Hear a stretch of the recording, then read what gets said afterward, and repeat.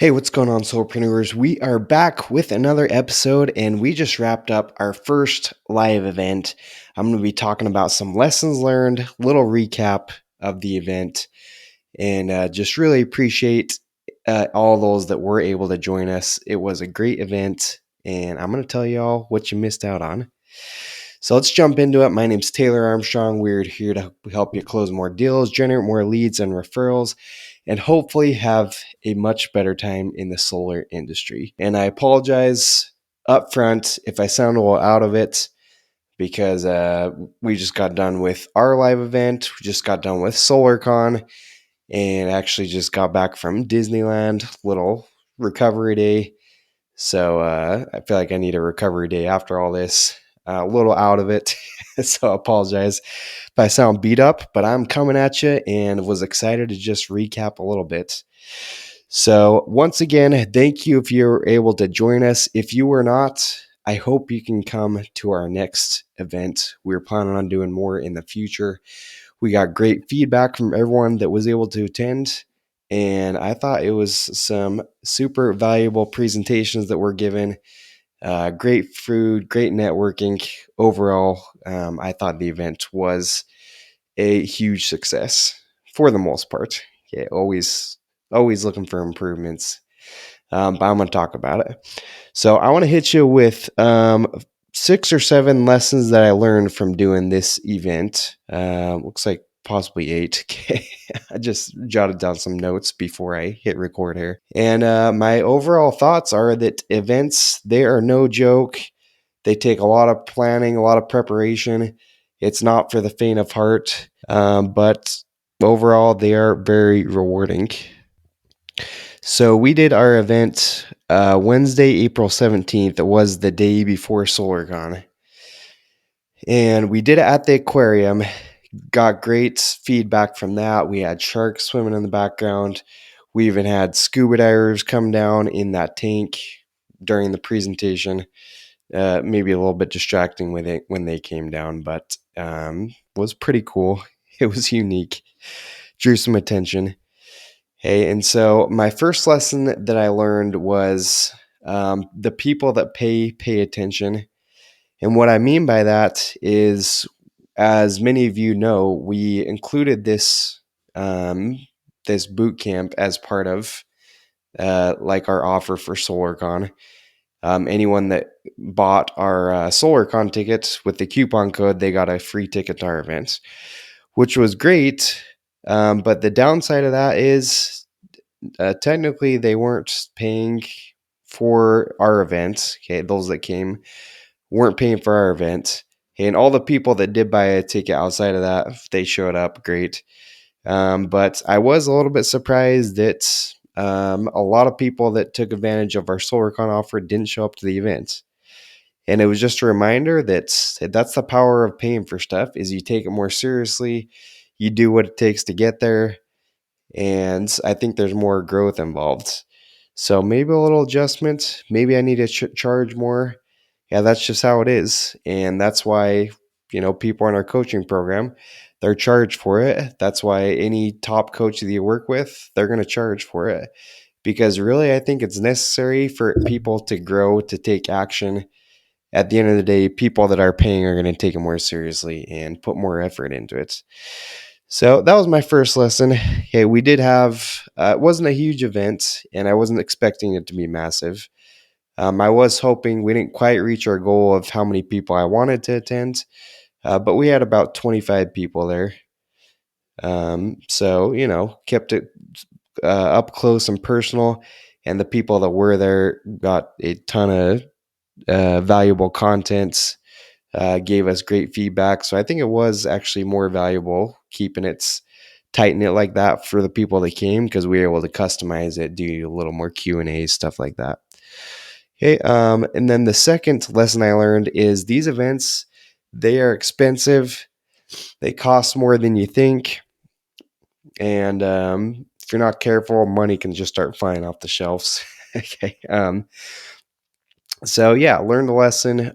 Definitely wasn't a moneymaker for me. Okay, so those that think events are money makers, most of the time they're not. You talk to anyone that runs events, A lot of these events aren't making money. Okay, a lot of people go in the hole to get exposure, to get their name out there more, and that's really what it was for me. I definitely went in the hole.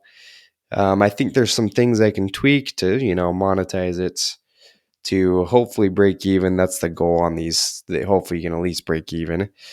But they're more expensive than I thought.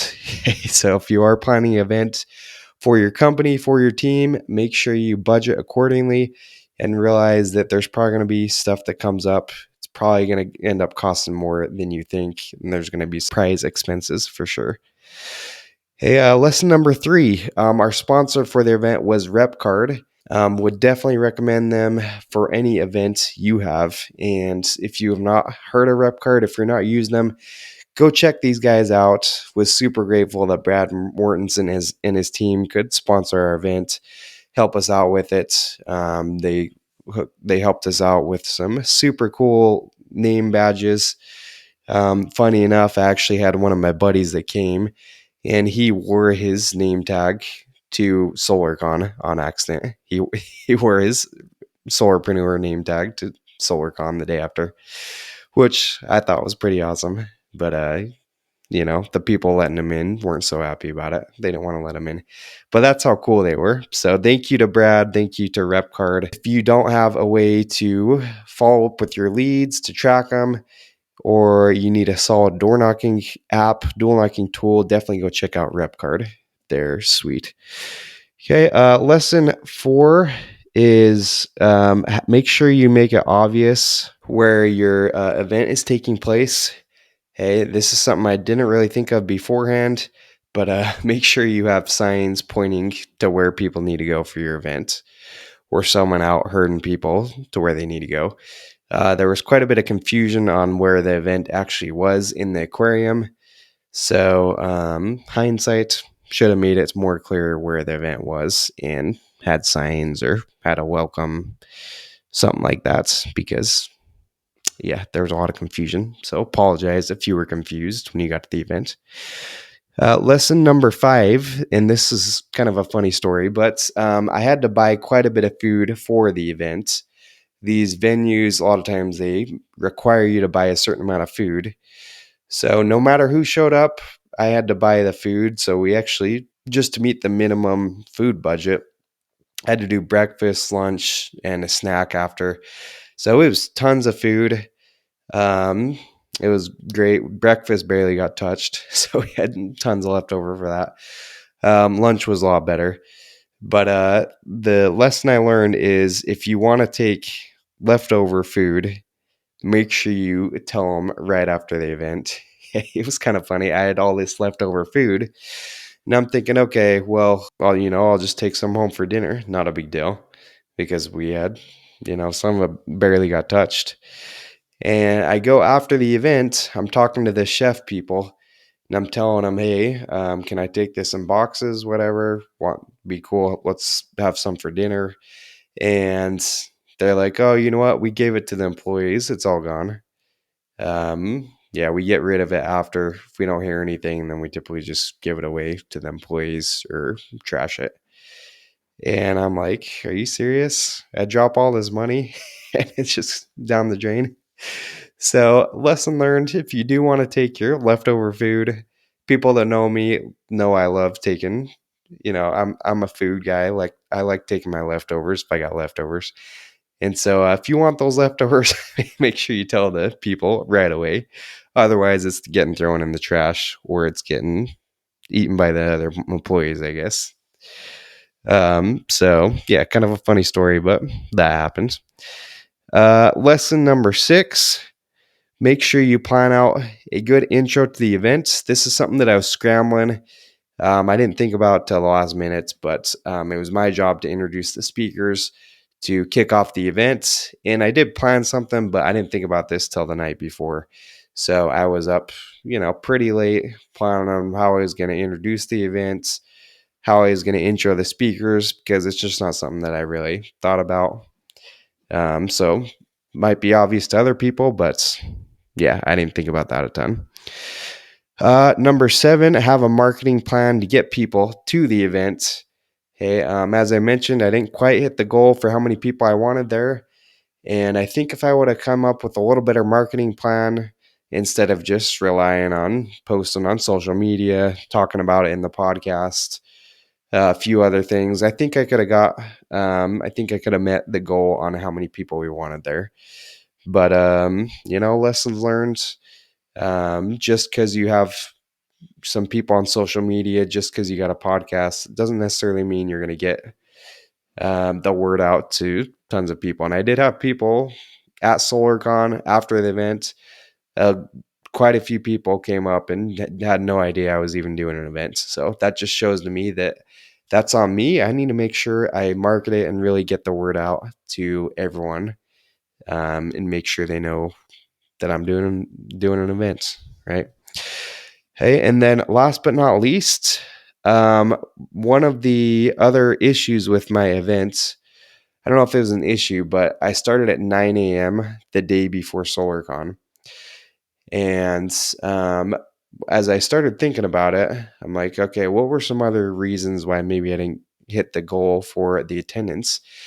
And really, starting the event at 9 a.m., SolarCon didn't start until the next day. That meant that people really need to show up at the night before, in most cases, to even make it to my event. So I think in hindsight, it made it maybe a little tricky for people to get there. They had to adjust their travel plans by quite a bit just to make it to my event. So, yeah, and I did get that feedback from a handful of people that couldn't make it that had tickets. So yeah, next year, or next time I do an event, just something I'm gonna be conscious of, just the timing of it and the planning around when people can make it. And I know you're never gonna be like it's never gonna be convenient for everyone to make it, but yeah, possibly I could have tweaked the schedule on it to get some more folks there. So, anyways, those are just a few lessons that I learned. Overall, the event was a great success. So much value. We are going to be posting the recordings in our Society training platform.